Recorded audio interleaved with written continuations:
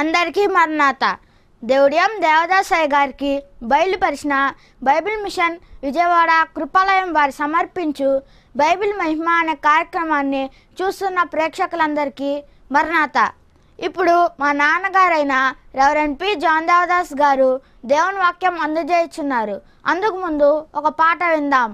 ప్రభునందు ప్రియులారా, 40 దినముల మోషే ఉపవాస ప్రార్థనలు ప్రతిరోజు సాయంకాలము 6 గంటల నుండి 9 గంటల వరకు దేవుడియం దేవదాసయ్య గారికి బయలుపరిచిన బైబిల్ మిషన్ కృపాలయం విజయవాడ 1 టౌన్ అమ్మా హోటల్ దగ్గర పాత పోలీస్ లైన్ ఇస్లాంపేటలో ప్రతిరోజు సాయంకాలం 6 గంటల నుండి జూలై 1వ తారీఖు నుండి ఆగస్టు 10వ తారీఖు వరకు 40 దినములు ఈ యొక్క మోషే ఉపవాస ప్రార్థన జరుగుతున్నాయి గనక మిమ్మల్ని అందరినీ ప్రేమతో ఆహ్వానిస్తున్నాం. ఏకీవించండి. ఈ యొక్క నిర్గమాకాండములో నుండి నడిచి వెళతా ఆశీర్వాదాలన్నీ మనందరం కూడా పొందుదాం. ప్రభు నామం పేరట మిమ్మల్ని ఆహ్వానిస్తున్నాం. ప్రభు మిమ్మల్ని దీవించును గాక. ఆమేన్. మరణాత.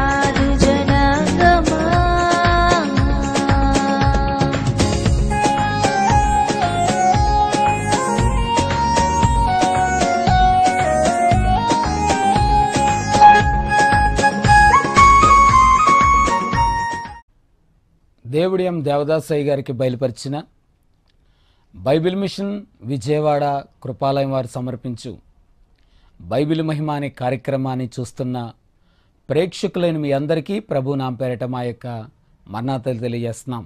దేవుని బిడ్డలారా, నిర్గమాకాండములో ఉన్న వాక్యాలు మనం ధ్యానం చేసుకుంటున్నాం. మనందరికి అవసరమైన విషయాలు దేవుని యొక్క వాక్య గ్రంథములో ఇమిడి ఉన్నాయి. కుటుంబ జీవితంలో, మన యొక్క ఈ లోకంలో ఉన్నటువంటి జీవితంలో సమస్య మన మీదకి వచ్చినప్పుడు, ఒక సమస్య మన కుటుంబం మీదకి వచ్చినప్పుడు ఆ సమస్యను నుండి ఎలా బయటపడాలో మనందరం కూడా ప్రయత్నాలు చేస్తాం. ఆ సమస్యను ఓడించాలనుకుంటాం. మనం ఆ సమస్య నుండి బయటపడడానికి, ఆ సమస్యను ఓడించడానికి ప్రయత్నాలు చేస్తూ ఉండగా ఇంతలో ఇంకో పెద్ద సమస్య వచ్చి పడింది. ఒక ఇబ్బందిలో సతమతం అవుతుంటే ఒక పెద్ద ఇబ్బంది వచ్చి ఇంటి మీద పడింది, మన మీద పడింది. ఇప్పుడు ఏం చేయాలి? అసలే ఒక సమస్యలో సతమతం అవుతున్నాం, బయటపడలేకపోతున్నాం.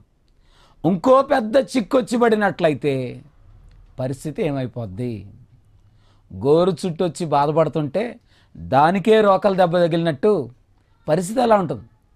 అలాంటి పరిస్థితిలో దేవుడే విధంగా తన పిల్లలను కాపాడతారు, దేవుడే విధంగా సహాయం చేయగలుగుతాడు. ఇదే మన ప్రసంగం. బైబిల్ గ్రంథంలో నుండి దేవుని ప్రజలు అనబడిన ఇశ్రాయేలు వారిని ఇటువంటి పరిస్థితి రాగా, ఒక సమస్యలో వారు సతమతం అయిపోయి బాధపడుతూ ఎలా బయటపడాలి అని వారందరూ ఆందోళన చెందుండగా ఇంకో పెద్ద సమస్య వారి మీదకి వచ్చింది. ప్రాణాపాయం కలిగించే సమస్య. ఆ సమస్య నుండి దేవుడు ఎలా గట్టెక్కించారో ఈరోజు యొక్క వాక్యములో మనం ధ్యానం చేసుకుందాం.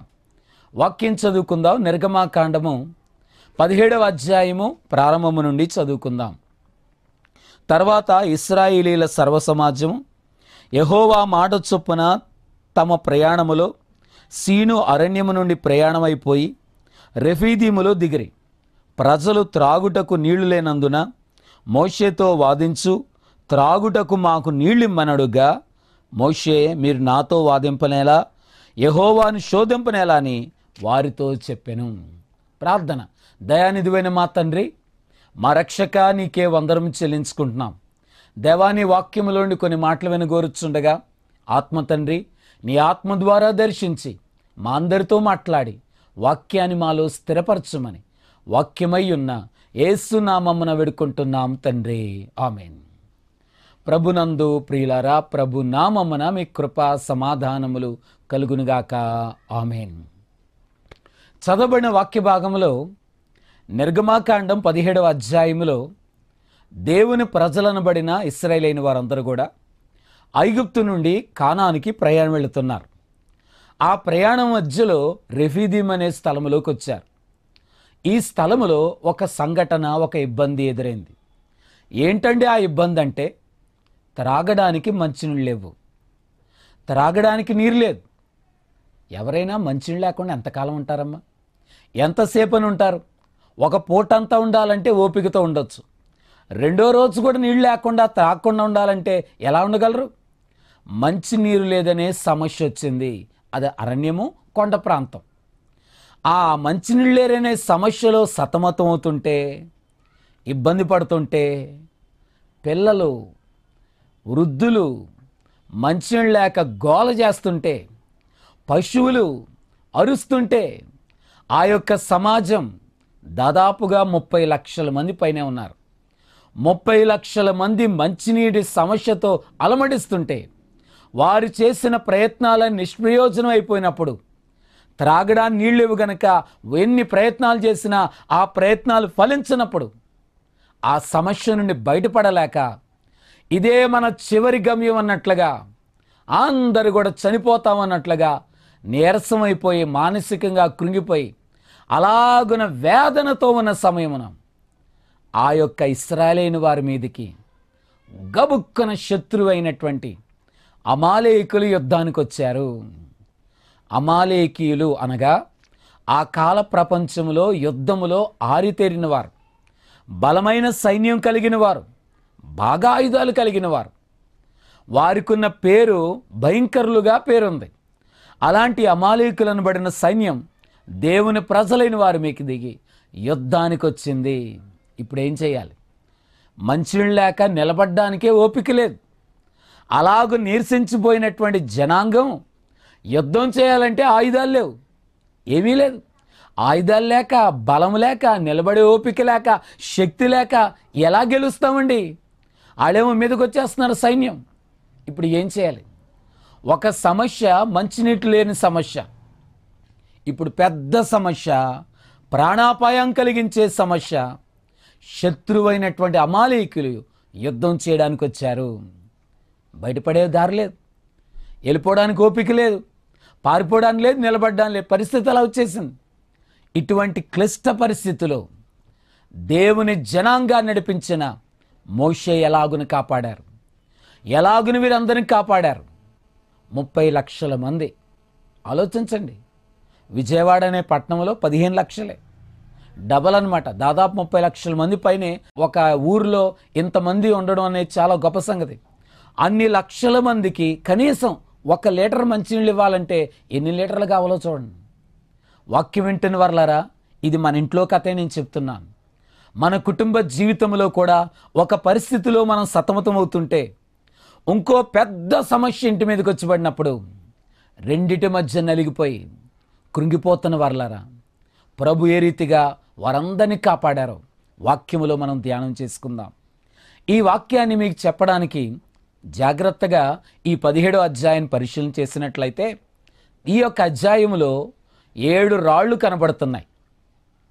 ఏంటండి 7 రాళ్ళు? జాగ్రత్తగా మీరు చదవండి. అక్కడ 7 రాళ్ళు ఉన్నాయి. ఆ రాళ్ళకు పేర్లు పెట్టుకుందాం.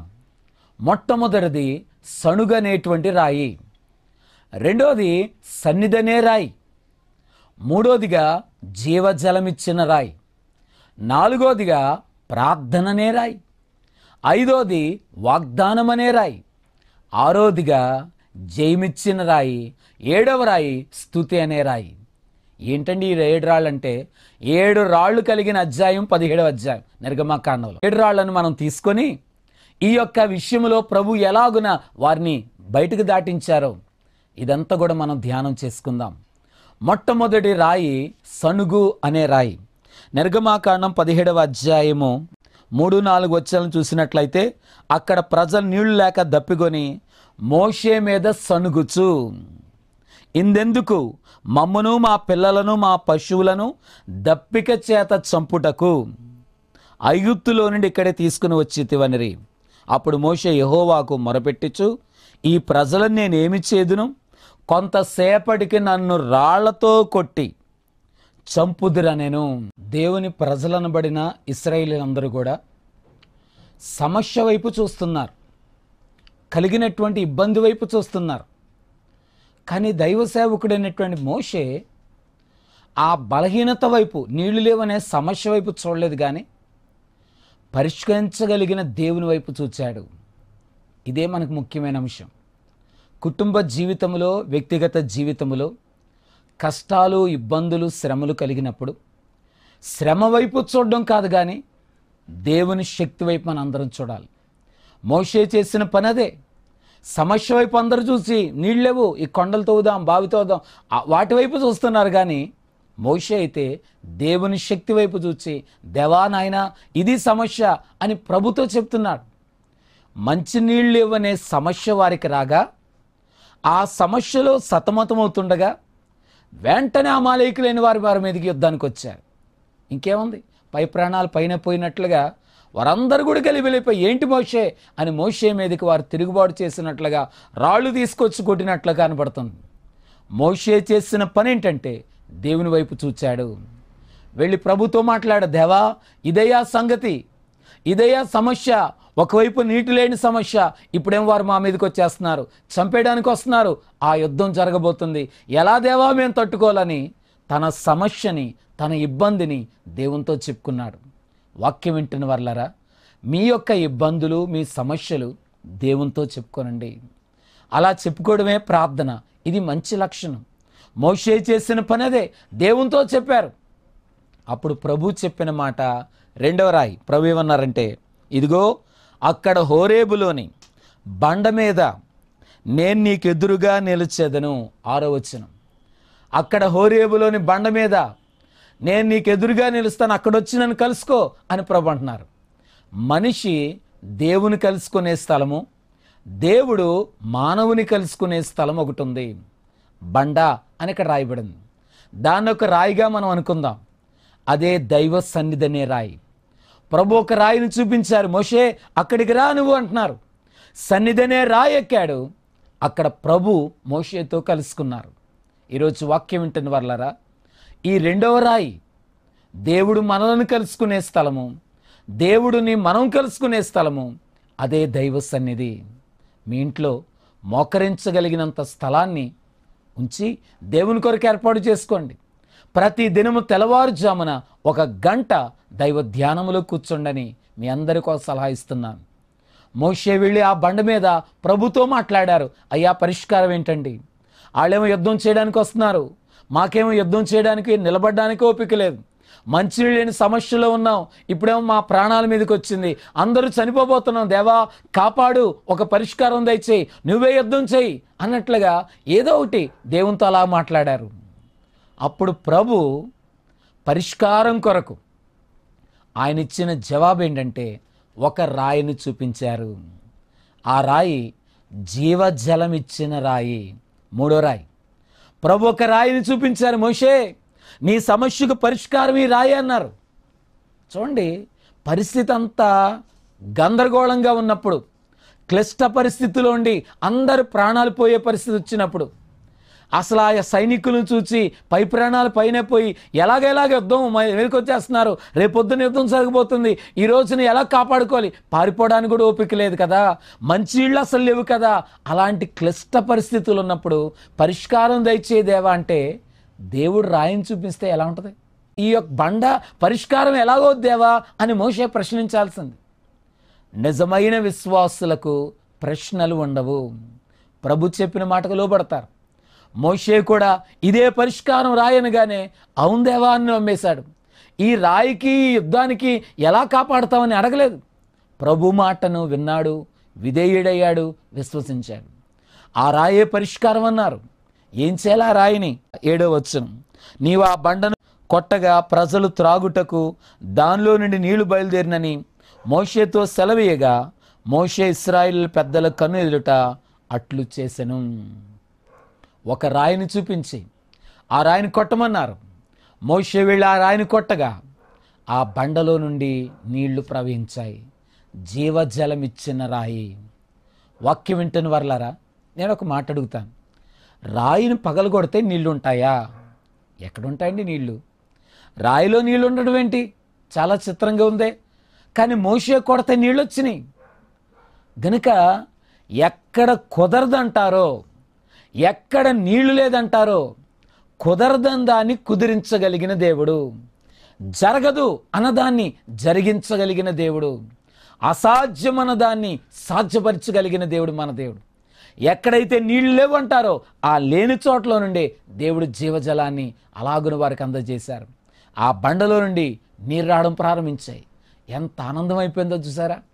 ప్రజలు, పిల్లలు, పశువులు, వృద్ధులు అమ్మో నీళ్ళేవని సతమతమవుతున్న వారందరికీ ఆ నీళ్లు ధారగా ప్రవహిస్తుంటే ఎంత ఆనందం అయిపోయిందంటే పరిగెట్టుకొని వెళ్ళిపోయి అందరూ కూడా ఆ నీళ్ళన్నీ తాగుతున్నారు.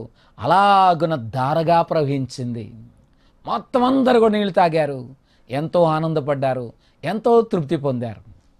వాక్యం వింటున్న వారులారా, ఇక్కడ అమాలేకులైన వారు యుద్ధానికి వచ్చారు.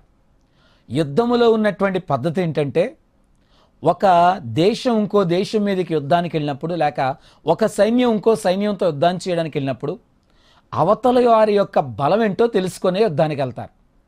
కాబట్టి అవతల వాళ్ళ బలాన్ని అంచనా వేసి మనకంటే తక్కువగా ఉంది, పర్వాలేదు జయించగలం అనుకుంటేనే వెళ్తారు. కానీ యుద్ధానికి అవతల వారు బలంగా ఉంటే వీళ్ళు యుద్ధానికి వెళ్ళరు. అలాగే అమాలేకులు కూడా సిఐడిని పంపించినట్లుగా అవతల వారు ఇశ్రాయేలైన వారు వారి పరిస్థితి ఏంటి, ఎలాగున్నారు, బలంగా ఉన్నారా, వారి ఆయుధాలు ఏమున్నాయి, ఎంక్వైరీ చేయండి అన్నట్లుగా ఎంక్వైరీకి పంపించారు. వారికి అందిన అమాలేకులకు అందిన సమాచారం ఏంటంటే, యుద్ధానికి ముందు రోజు, అయ్యా వారి పరిస్థితి ఏం బాగోలేదు, మనదే జయము అని అమాలేకులు తెలిసిపోయింది. ఎందుకు జయమురా అంటే వారు మంచినీళ్ళు లేక సతమతం అయిపోతున్నారు. నిలబడే ఓపిక లేదండి వాళ్ళకి. వాళ్ళ చేతుల ఆయుధాలు అంతకంటే లేవండి. యుద్ధం చేసేవారు ఎవరు లేరు. మనదే జయము అన్న సమాచారం శత్రులైన వారు విని అమాలేకులైన వారిని రేపొద్దునే యుద్ధం, ఆ యుద్ధంలో మనమే గెలుస్తాం, మనదే జయం అన్నట్లుగా చాలా ఆనందపడిపోతున్నారు శత్రులు. అదే దినము రేపొద్దున యుద్ధం అనగా దాని ముందుటి రోజున దేవుడి అద్భుత కార్యం చేశారు.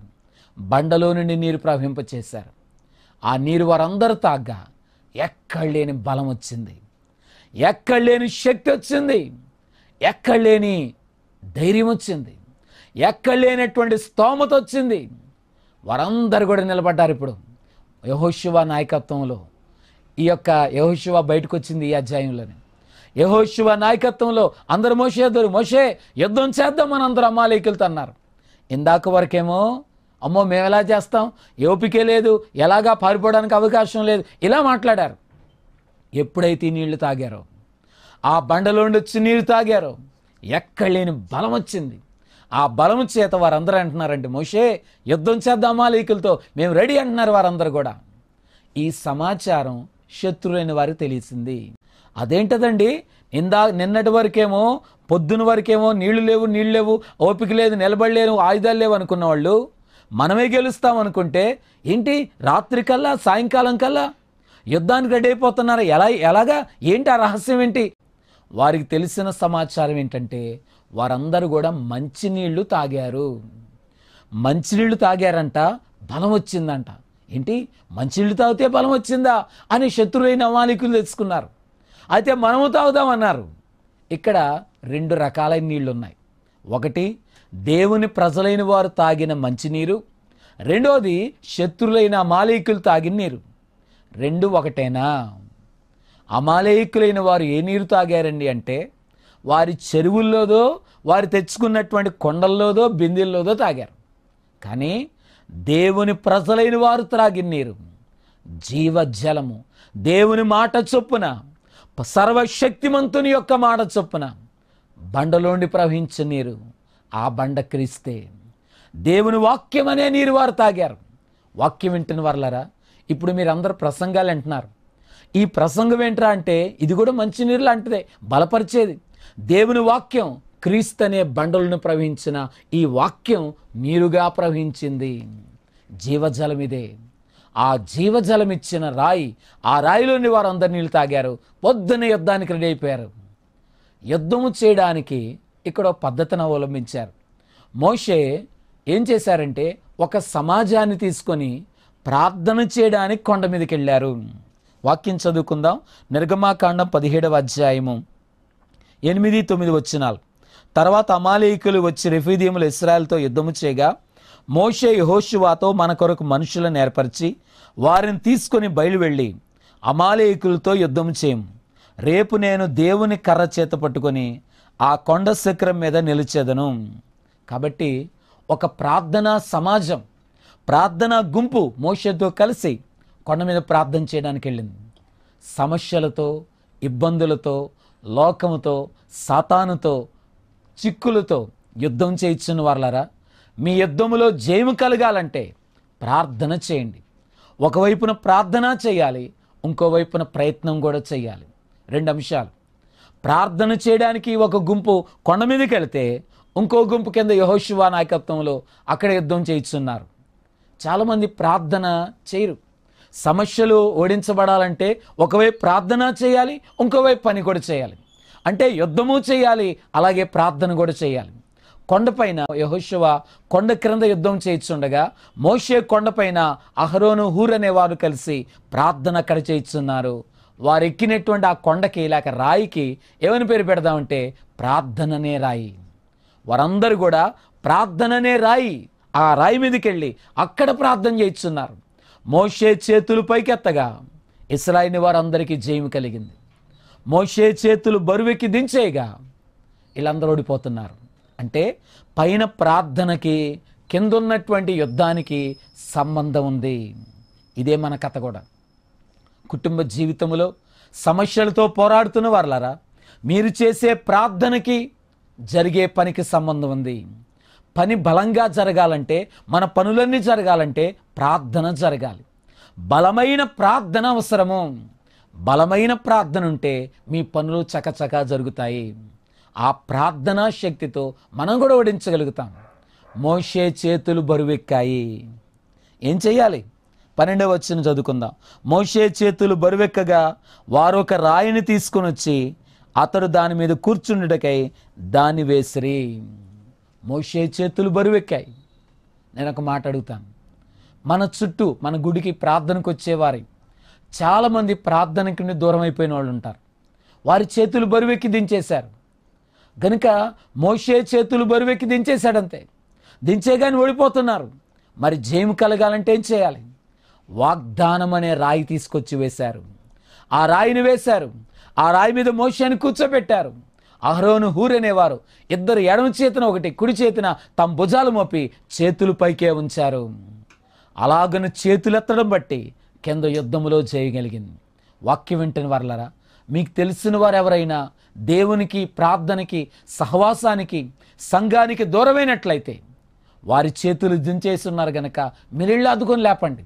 అందరి చేతులు పైకెత్తినప్పుడే మనకు జయం కలుగుతుందని గ్రహించండి.